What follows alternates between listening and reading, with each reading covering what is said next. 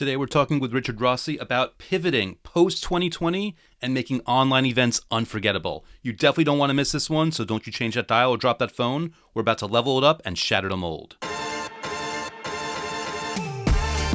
Question.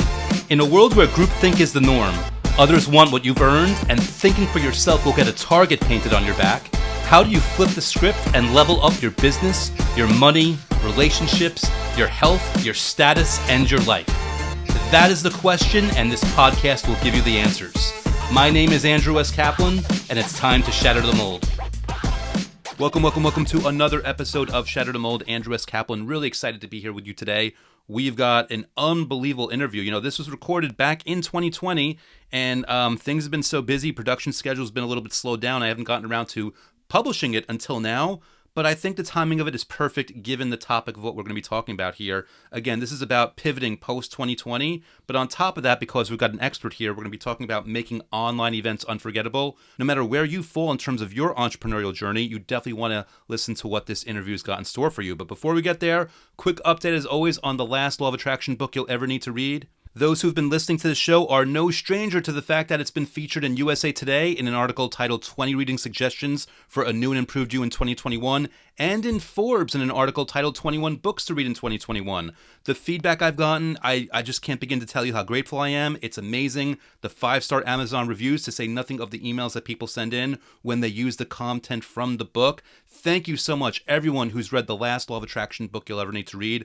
I appreciate it more than words can say, and if you've not checked it out yet, you can go ahead and go to lastlawofattractionbook.com. That'll forward you to the Amazon listing where you can get it in paperback or Kindle or audiobook if you prefer, or if you don't want to pull out your wallet but you want to see what this thing is all about, you can go to my YouTube channel dedicated to it at youtube.com/AndrewCap. So really great things going on there. Over 50,000 copies sold in the past year. But with that said, let's get straight to today's guest. I'm about to switch mics and move on to my conversation with Richard, so please sit back, relax, and enjoy. This is going to be a really good one.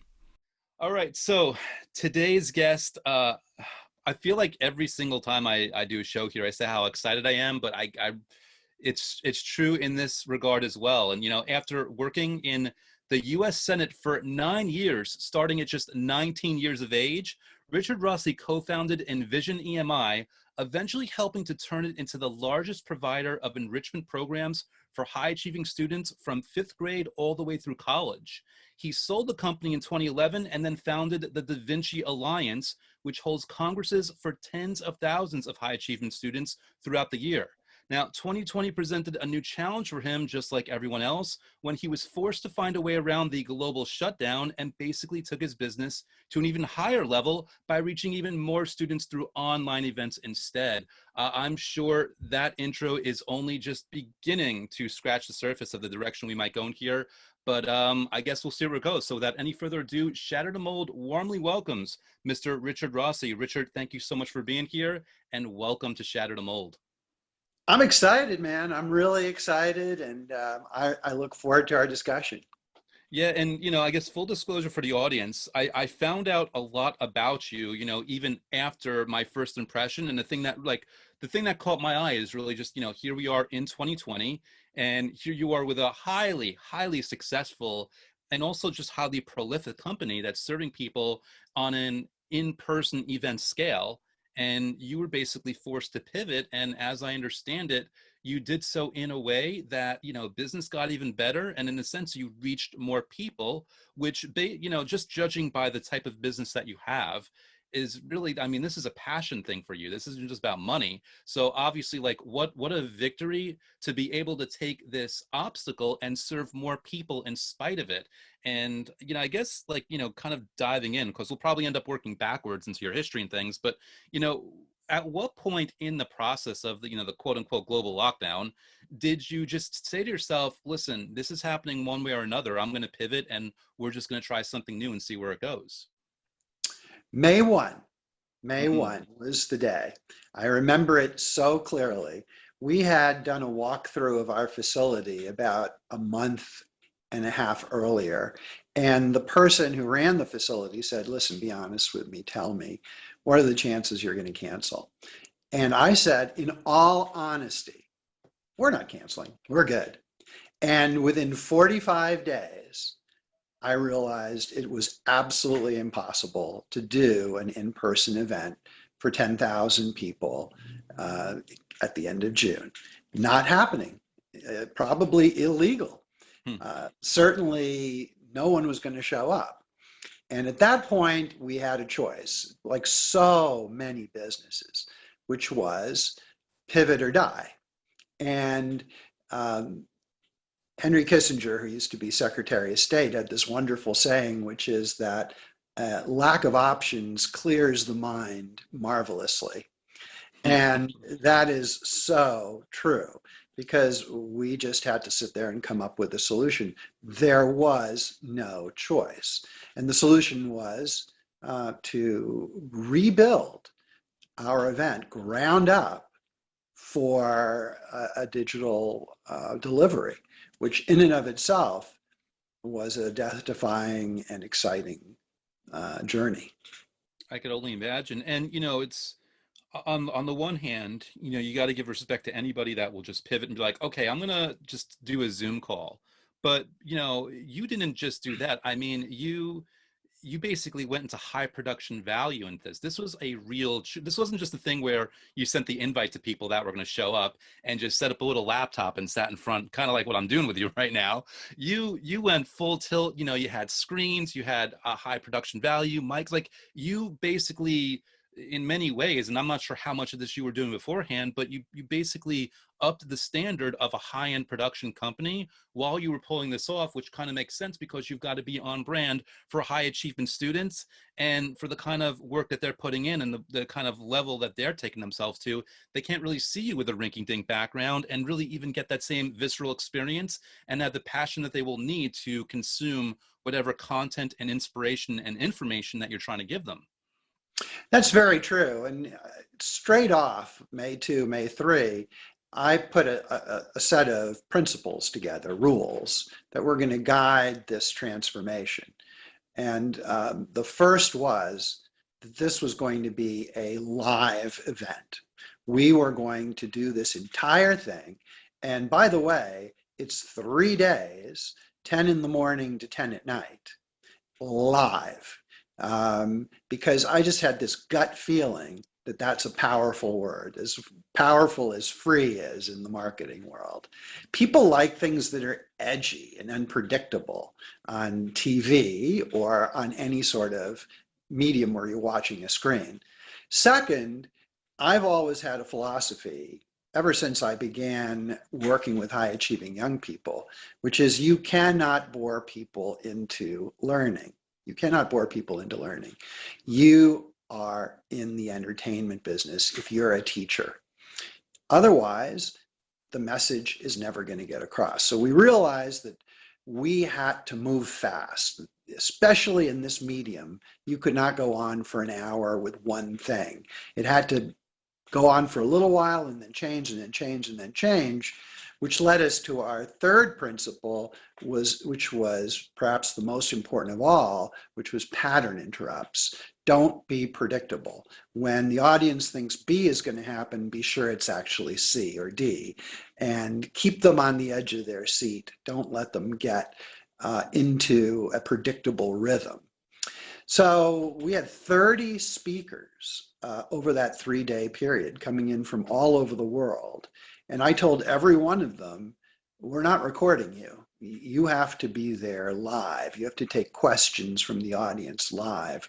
You and I have to interact live. And they all bought into it. And we actually sent them special devices that they were going to use to be on camera. I didn't want to take the slightest chance on production quality. And then I would say the last thing we did, and by the way, everything I'm mentioning applies to an adult audience, maybe even more so, was gamification. What could we do that was going to keep people interested? So one of the things, for example, was that we had this little bunny rabbit, and at different times during the day, the bunny rabbit would go across the screen. Maybe it would be in the middle of a speaker. Maybe it'd be in the middle of me talking. You never knew. And if you counted up all the bunny rabbits, you were put in for a really big prize. It was fun. And we had half a dozen other things like that. So I guess my point is we made a few bets right at the beginning, and we turned out to be right because a lot of that is now become standard operating procedure with events that I hear about now on the adult side. Hmm, I love it. Now, obviously, you have all these other people, these speakers in the mix. It's not like you can do a test run or a dress rehearsal. So I'm assuming you did what you could to test the tech beforehand, but really, when you had to flip that switch, it was a do or die, and you didn't know if something was going to go wrong. Well, we did have a production company, and Okay. that was key, right? So I thought it was essential that we have experts. Uh, these are people who paid $1,000 each. There were 2,600 of them, and we had to deliver for sure. So we hired a production company down in North Carolina. We sent all of the speakers these devices. I don't know if you can actually see what I'm pointing at right now, Hmm. but this is called a portal. It has a big Mm. screen. It has a it has a it has a camera here. It has speaker and mic down here. It's a very sophisticated yet incredibly inexpensive device made by Facebook. And we simply bought 30 of them and mailed them to people. So we knew there was no one was going to have their computer refuse to reboot or couldn't load Zoom or the terrible thing where the laptop's down here and you kind of see their chin is the and audio quality was not predictable. None of that was acceptable to me. This was a big secret, and I haven't seen anybody else do it, but it's a great device that was going to give us consistent quality, even in fairly low bandwidth. So Hmm. yeah, to your point, production quality was critical to me, and I knew it would be to the young people because they're digital natives and they are completely intolerant of anything that doesn't have high production value. That was wonderful. You even answered my next question was going to be like, did you hire out? And like, of course you did. Like this is your first time doing it. You want to make sure you did it right. Again, it's like it's a high ticket. So you went that step of not taking chances and hiring, which I always say is a great message. Like me, I'm I'm very one man show whenever I can be, but that's also because I've structured my business to allow myself to be. And I'd like to think that if I was in your business, I would be insightful and wise enough to go and hire out for that expertise whenever I needed it. So kudos to you and thank you for saying that for my audience because I think it's really important for them to hear. Now, obviously, you're coming about this at this from a very intelligent and I'll say wise. I think wisdom sometimes gets overshadowed by intelligence, but this is about wisdom here. Came from this from a very wise perspective, understanding that you really need to execute in a certain way, but also by that same token there's a lot of intelligence here. And when I did my got my research on you, it was very interesting to hear that at 19 years old you started working with the US Senate. And we all have these fixed opinions over what, well, I mean, I'll really be happy to ask you like what you did specifically. In fact, let me jump with that. Like first of all, like what did you do specifically at that job? So I was the person who, well, I started out as just a lowly intern. At 19, when you go up to work in the Senate, you are the lowest of the low. And so it was all about opening mail and getting coffee and running errands. But over time, I worked my way up to the point where I was running the senator's office. So that's a post called administrative assistant, which has a different meaning on the Hill than it does in an office in the Senate. An administrative assistant is the chief aide to the senator Hmm. and runs the entire office along with the satellite offices in the state. And I was doing that by the time I was 23 or 24.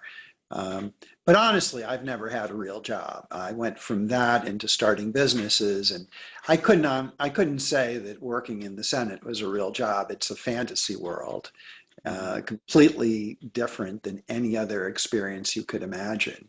But that's what I was doing. Yeah, and the reason I brought that up is because again, I'm coming at this as I'm an outsider. I don't really know what it means to do that. So, and we all have our views of politics and how that thing plays out. But I'm operating under the assumption that, especially from 19 to 23, then 29, 30. Like you you learned about people because the high level of pressure in terms of, senators and how they've got to come across. I imagine, and I'm taking a leap here, so please correct me if I'm wrong. I imagine part of the insight of understanding that you're in entertainment when you're educating students and just understanding from their perspective how they need to receive information. I imagine some of those training wheels came about when you were in that environment. Well, it's really insightful that you say that. I hadn't given it a lot of thought, but now that you mention it, it's very true. The Hill in the Senate, it's all about relationships completely. Now, you may not know that today because everything is so adversarial, but back in the 70s and 80s, it was all about you scratch my back, I'll scratch yours, we'll work together, compromise, we're all friends after 5 o'clock. Mm-hmm. If you want to if you want to get reelected, you better have good relationships with key individuals within the state. You better be liked by an awful lot of your constituents, and so on and so forth. So that's true.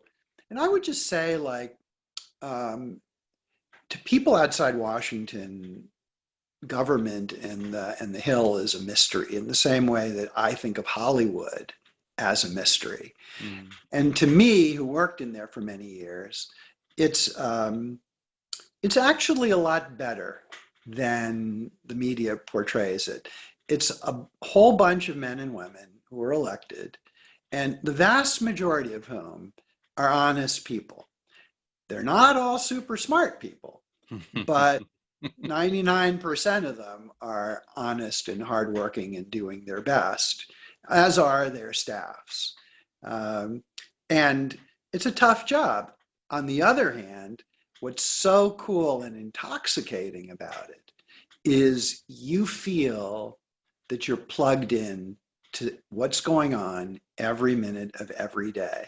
So a lot of times right now, I'm wherever, but I'm reading about things in the paper and I'm talking to other people about the news of the day.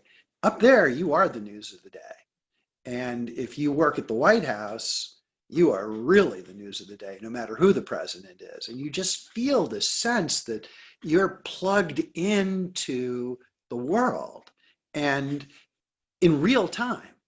And I don't know quite how to describe it, but it very much helps you feel alive. Mm-hmm. Like things aren't passing you by. What you're doing, you're then watching on the news. It's a wild experience. Yeah, and then of course you're founding companies after that, and yeah, and I'm making an assumption here, but I'm sure going through that kind of stuff and the high pressure, high stakes, no matter where you are on the totem pole, really hopefully serves you well when you're trying to get something off the ground, or you're served a pretty harsh defeat in business, or there's some kind of obstacle, whether it's financial or otherwise, that you can kind of take that, dealing with the pressure mentality and dive in a little bit more fervently than maybe another type of rookie entrepreneur who's never had to face that before. I guess so. When I started my very first business, which was in serving political campaigns, Mm-hmm. creating computer systems, uh, I was in my late 20s. And I'll be honest with you, I was judgment proof. I didn't own anything. I had no assets. I had no family. If things didn't work out, take everything I got, which was nothing. And it was just an idea. I didn't even know the word entrepreneur. I just had some friends and we were like, what the heck, let's give it a shot. So it was not as big a deal as when someone who has a 9 to 5 job and a family and a house says, I'm going to make the leap and become my own person. That is a death-defying feat, and one that I just have a world of respect for people who do that, because success is far from assured. Mm. But the rewards are also, can be, as you know, extraordinary if you are one of the lucky ones to succeed. But when you're just a kid, uh, it's just a fun, and for me, it was a really fun experience. It completely failed. Hmm. But over 2 years, I got an MBA the hard way, and it Yeah. served me very well as I created other businesses over the years. Yeah, it's funny. I remember the first 2 years of my very first business, I read more books than high school and college combined. And I wasn't like a bad student or anything. And I was a B plus A minus depending on my interest. But I totally get what you mean on that. And here we are. Fast forward. Right now you're at the helm of the DaVinci Alliance, and I'm curious, what inspired you to go down that direction? Because dealing with helping kids in their formative years in any way, shape, or form isn't in itself a really valid endeavor. But you're also going down this path of the challenge of high achievement students, meaning not only is there an extra pressure to help cultivate what's already there, but it's kind of like you're more challenged in that you've really got to bring it in a way that a less discerning eye needs to hear or consume it or see it. I'm curious, like, what made you go down that path of I'm going to help high achievement students go even higher level where they're at? Well, as with many things in life, it was where opportunity and chance collided, and good luck. Um, and I, I had a constituent when I worked in the Senate who was a teacher in Connecticut. That was my home state. And she was 25 years older than me, but very entrepreneurial. And after I left the Senate, she left the school system, moved to DC, and we became friends. And one day we were just sitting around having a drink, and we got to talking about a upcoming inauguration, which I think was the second inauguration of President Reagan, and how it really was unfortunate that kids didn't get a chance to see the peaceful transfer of power in a democracy, which is one of the most beautiful things that really distinguishes us and a lot of other democracies. We don't execute the loser, we don't exile the loser. Hmm. Everyone stands on the stage, metaphorically shakes hands, and there is this complete exchange of power. It's really a remarkable thing. And then we got to thinking, well, maybe we could do a program, just one, not a company, just one program for this one event. And again, it was one of those what the heck moments. I threw in $2,500, which is basically all I had. She put in $2,500. I'd learned a little something about direct mail working on Capitol Hill in the campaign world. There was a package that we used up there that had worked pretty well. I adapted it, which is a nice way of saying I basically, kind of stole the whole look and feel of it and created something that could go to principals inviting kids. Long story short, compress everything, it worked. And then after that, we had the, well, do you think we could do this on a regular basis conversation? And that's what germinated the company that then grew into Envision EMI. Interestingly, there were really the way my life is divided into the early days before I really read those books and knew about goal setting, confidence building, and all the other tools of success, and after. And the first 7 or 8 years of Envision, I didn't know about any of that. We just grew very, very slowly and incrementally. The way I describe it is like driving a car at night in the fog. You can only see about that far, but you can take the whole trip that way. And that was us. We kept saying every year, well, what do you think we can do? Well, we can do a little more. We can do a little more. But we never had a plan. We never had goals. We never had a big vision for our future. And then we met a guy who many people on this call may know, Dan Sullivan. And we went into his course called Strategic Coach. And we were introduced to these magical concepts. Soon after that, the business really started to grow to the point where when we sold it, there were over 50,000 young people a year from all over the world who were participating in our live events, kids who were in the fifth grade all the way through college. It had become what I described as a big little business. Mm. And there were a lot of moments, not a lot, there were a handful of moments where we definitely could have gone out of business for sure. We were that close. So there was an element of good luck. Certainly after 9/11, we were very close to the end. Uh, I don't know why, but asking people to put their children on a plane to Washington, D.C., after a plane had crashed into the Pentagon just didn't seem too appealing to Mm. parents. So sales dropped to nothing. But we survived, and we survived several other death-defying experiences, which is really one of my life philosophies, which is that so many people fail because they simply give up too soon. Mm. They simply sit down on the side of the road and give up. Mm. Very insightful. I'm curious because I knew obviously about your pivot this year in the face of what was going on. I didn't know that you had that challenge of, immediately following 9/11, trying to get people on planes. I'm curious, was it a thing where you had to pivot in a different way, or was more just trying to ride it out and be as efficient with your business as possible until people warmed to it again? Um, it was a lot more of the second. Mm. It was surviving. We had a really great bank that we had a good line of credit with that we could draw on for cash flow.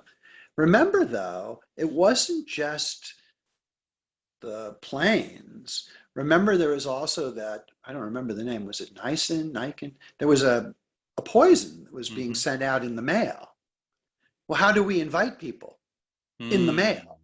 Wow. So we're sending out these invitations and people are dropping them in the trash without opening them because they don't know who they're from and they're afraid that they have poison in them. So we had to start doing things like we sent the invitation. We switched to a completely clear envelope so that the person could see all the contents inside before opening the envelope. Mm. Things like that. This is what entrepreneurship is all about. It's constantly just solving problems that were impossible to anticipate the day before. Yes. Luckily, it wasn't that long before things got back to normal again.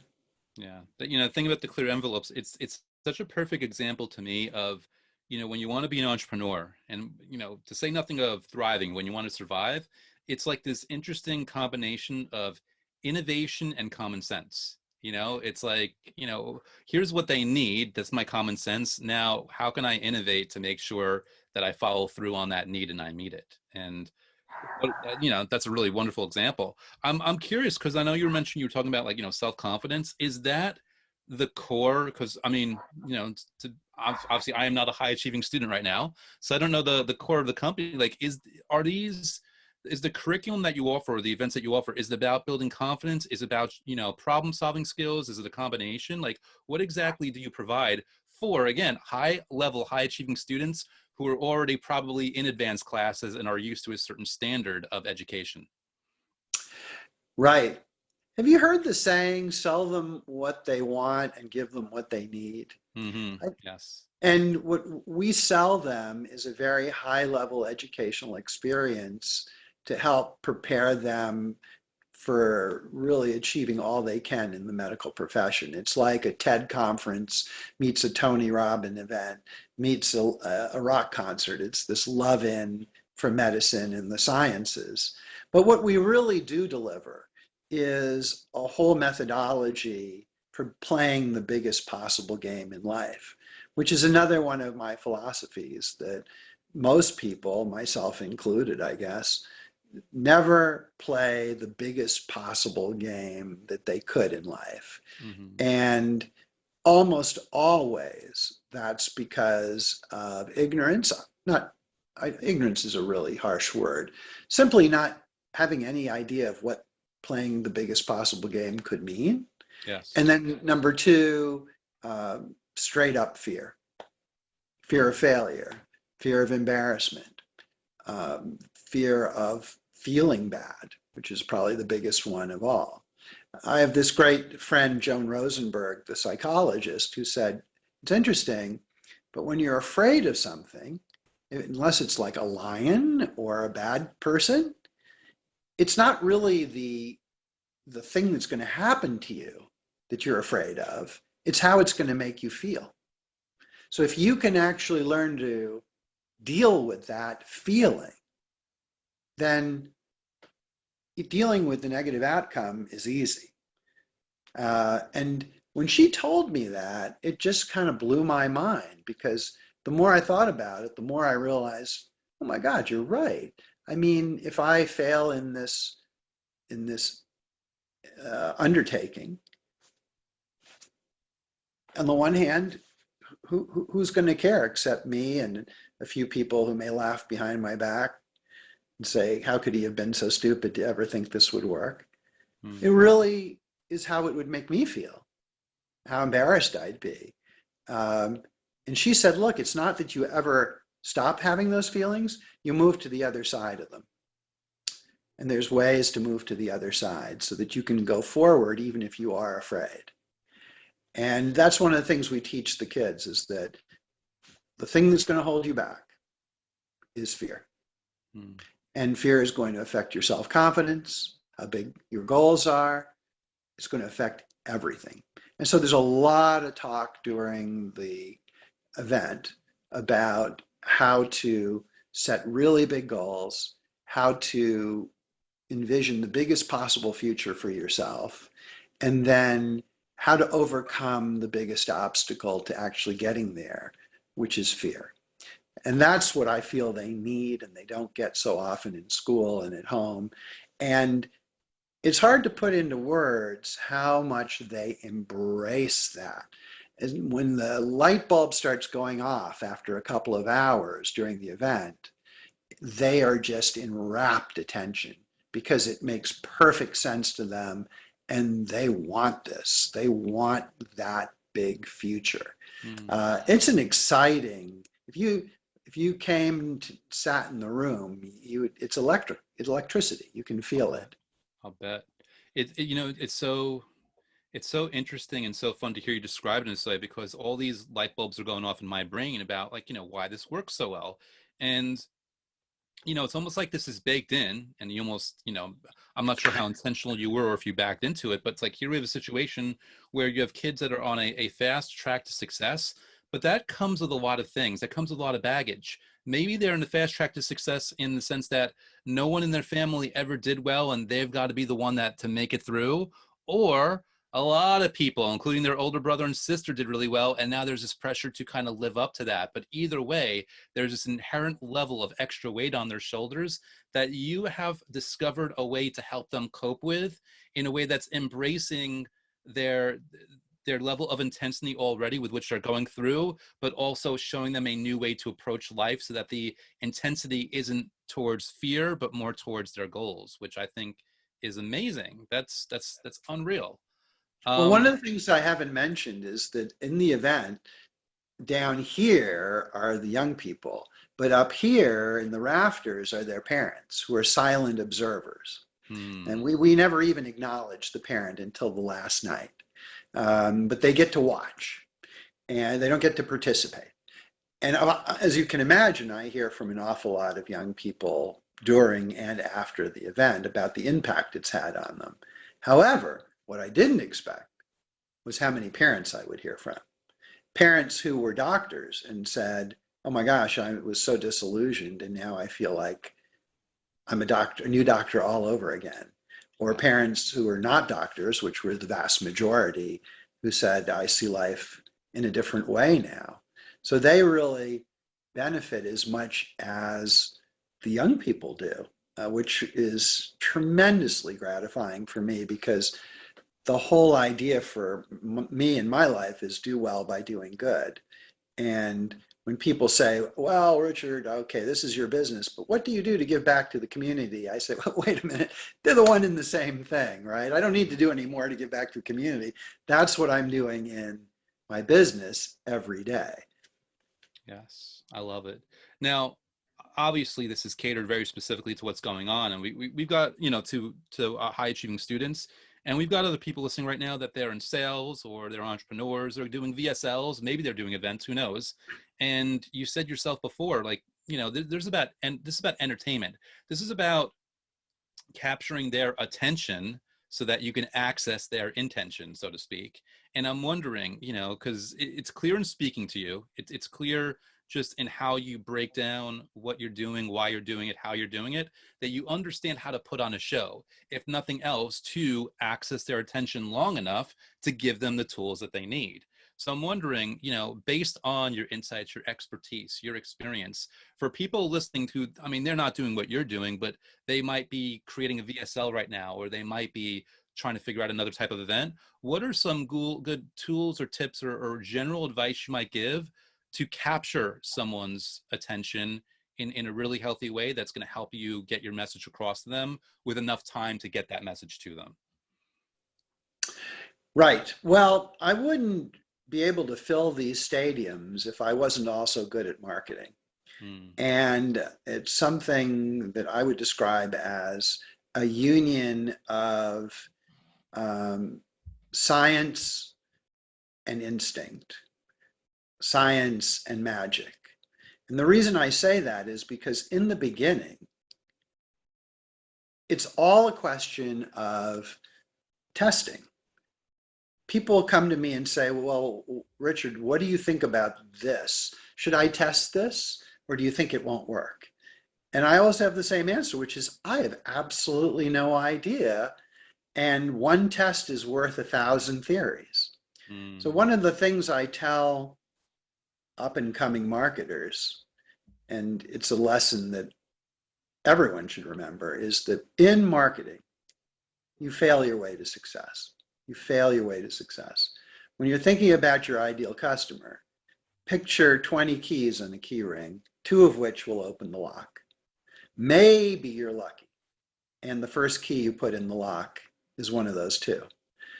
Much more likely, you're going to have to try a whole bunch of keys until you get to one of those 2 keys. That's marketing. It's a question of, again, don't sit down and give up by the side of the road.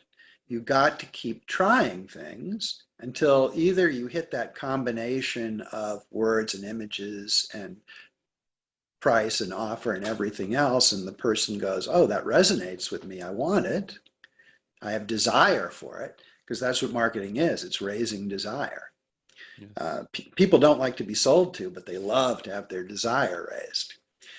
And to do that requires a lot of testing.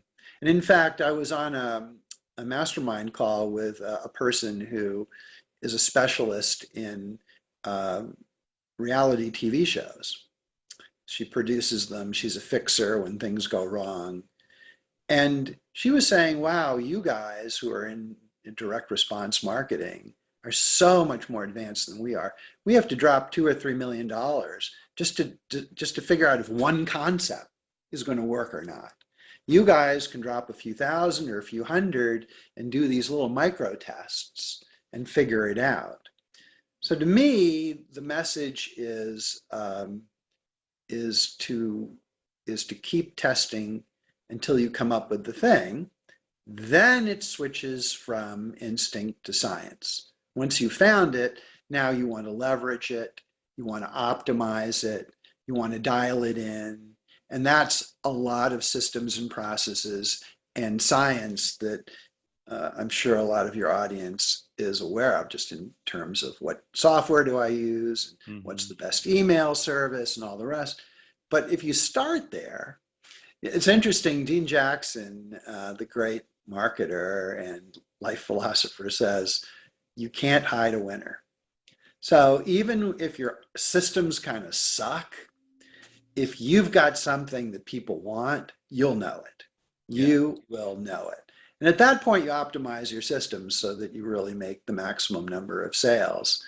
I don't know. Is that kind of I'm not sure I'd answered the Yeah. question that you asked. Well, you gave a whole new level of insight. This is what I love about this. And I asked someone, and then, you know, the expert guest, being you in this case, just comes up with something I wasn't even expecting, which I love. And really what I'm getting out of that, the value of iteration and also my own interpretations. Like if you've got a kick-ass offer, you could then tweak the color of your headline, but that offer is going to carry you through either way, and the headline will help or hurt things, but have good foundational pieces. Another part I remember in speaking with you, we had a brief conversation, I think last week. It's funny how much of a blur this month and this year has been, but I Oh, heard yeah. you mentioning something about the value of the pattern interrupt as well. Well, certainly in our events, Mm-hmm. unpredictability is absolutely key, as it is when you're watching TV. If you're watching a show, if you're watching um, The Prisoner, and you go, oh, this is what's going to happen now. Oh, yeah, now listen, you saw that? Here's what's going to happen after that. You know what? You're not going to watch it anymore because it's Mm-hmm. boring. Yeah. It has to be interesting and unpredictable to be interesting to you. That's the human condition, and that certainly goes for the delivery of live events. I don't think that's so much true with marketing, but it sure as hell had better be compelling and exciting all the time. I mean, one of the things, and it depends on the generation as well.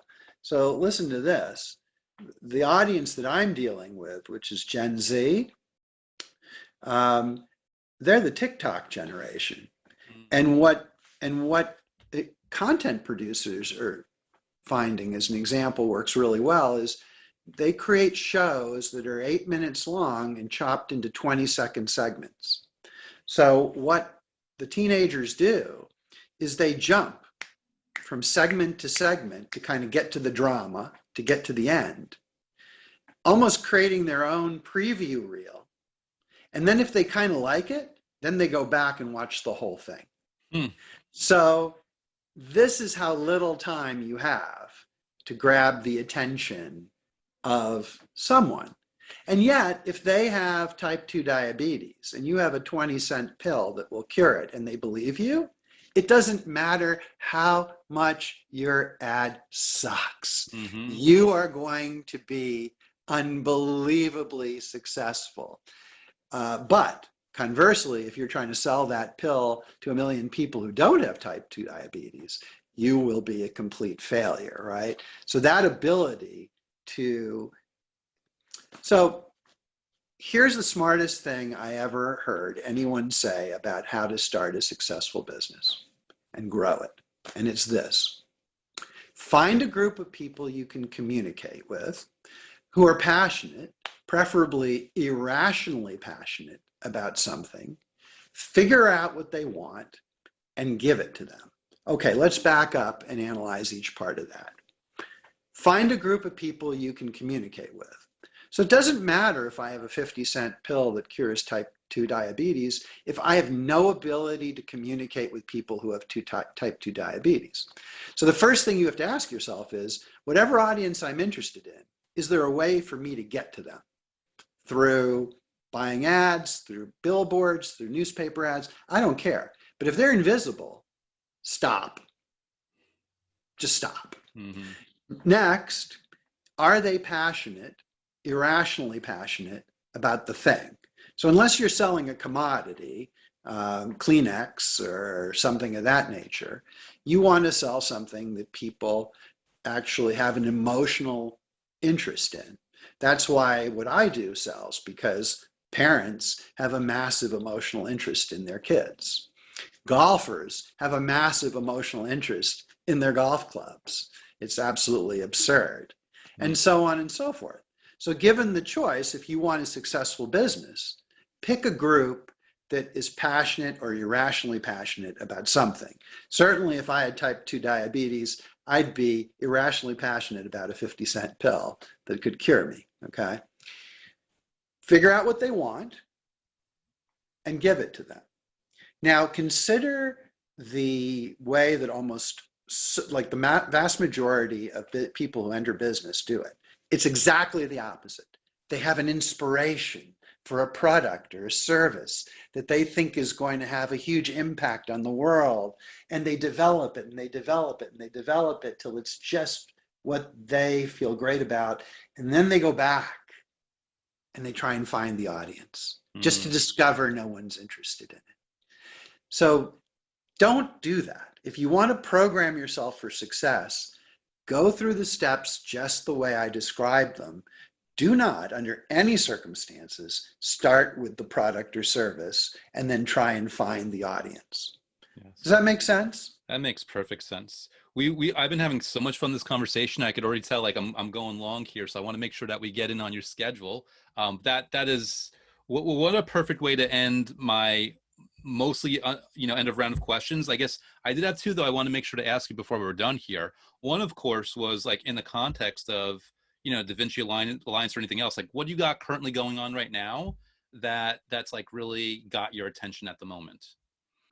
Well, I'll say really quickly because I do want to, before we end, I had an epiphany this morning and I want to share it with your audience. Oh, I mean, please, absolutely. I literally just woke up with it, but I'll get to that in a second.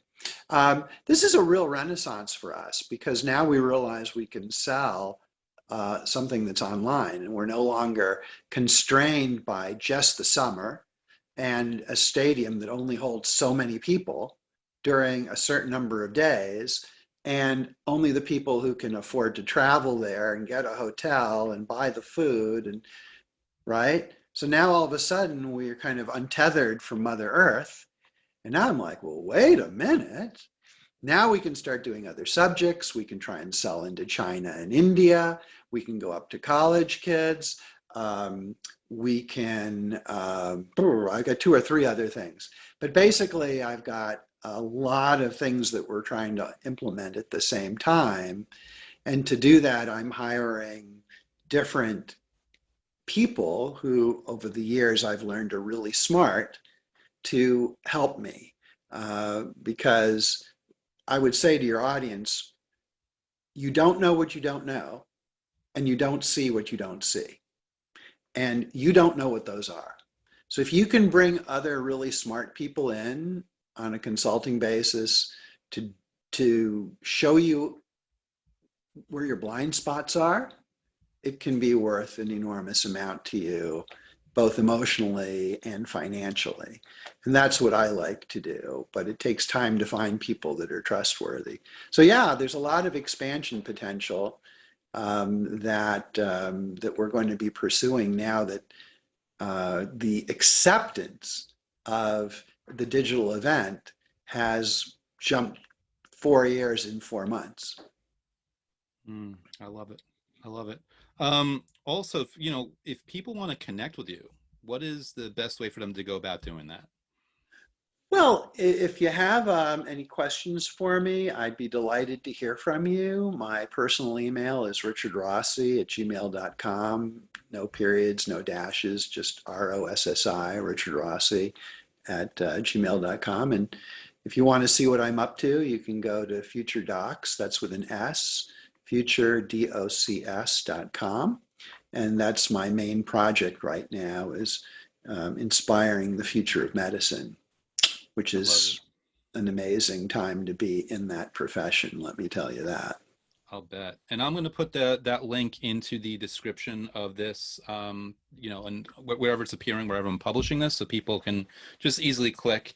And usually I have some kind of cool question that will prompt the guest to reveal something really awesome, but you've come pre-prepared with an epiphany. So I guess, Richard, I'm just going to turn the floor over to you to whatever you had this morning you want to share with us. Well, that's funny. Well, and to the audience, we did not coordinate this. We I did didn't know not. that that's how you were going to end.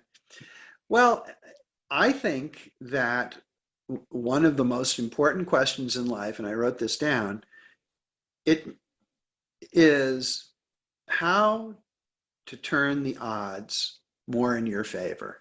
Now that may seem like just like a simplistic thing, but in any situation, if you ask yourself that question, it will be absolutely fascinating how much creativity is stimulated. Um, Tony Robbins has this technique, which is really cool. He'll go up to someone in the audience who has a really big problem, and he'll say, well, what do you think you should do? And they'll go, I have no idea. Absolutely none. I have absolutely no idea what to do. And then he says, well, if you had an idea, what would it be? And all of a sudden they say, well, if I had an idea, then it might be this or this or this. And he's like, well, I think you have an idea. Or the way I always put it to people who come to me with problems and don't have solutions is I say to them, well, what would you do if you weren't you? And they say, well, if I wasn't me, then I might try this or this or this or this. It's kind of crazy, really. And I found that this question is exactly the same. So if I don't want my dog to bark as much anymore, ask myself, how do I turn the odds more in my favor? And then just make a list. But phrase it that way. If I want to deepen my relationship with my wife, how am I going to turn the odds more in my favor? And the reason that phraseology in my mind is so, I think, important is because there's an element of luck to everything in life. And no successful entrepreneur who's being honest, will tell you they didn't have an element of real luck to get where they were. And to deepen your relationship or get your dog to stop barking, let's face it, there's an element of luck in all of that. How's the other person feeling? What's going on with that dog? It goes on and on. You may fail. So the real question is, how do you turn the odds more in your favor? Do you need an asset? Do you need a person? Do you need to read something? Do you need to just make a list of options? And I encourage your audience to just ask themselves that in any situation, personal or professional, when they're stuck or you just want to maximize the opportunity, what do I need to do to turn the odds more in my favor? Wow.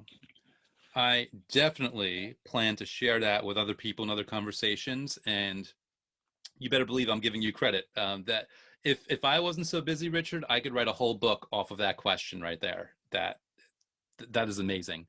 I don't know where to begin thanking you for coming on and sharing such unbelievable wisdom, insight, and just strategy with us. And, you know, I can tell by the way you operated, again, through this conversation, through what you do. I mean, you have such a wonderful heart, and I really appreciate you making this time and sharing with the audience. This was an unbelievable conversation, my friend. Thank you.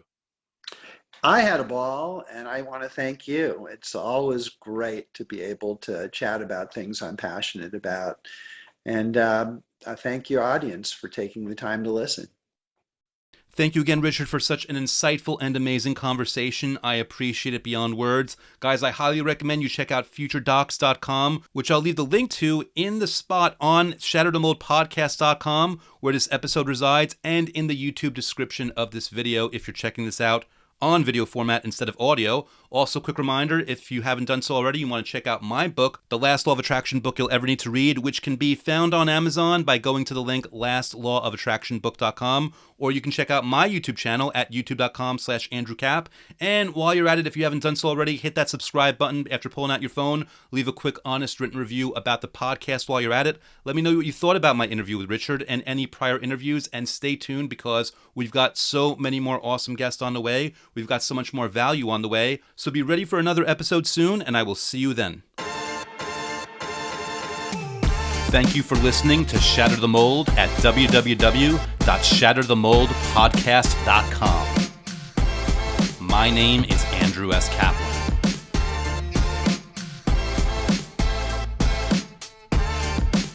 My name is Andrew S. Kaplan, and it's time to shatter the mold.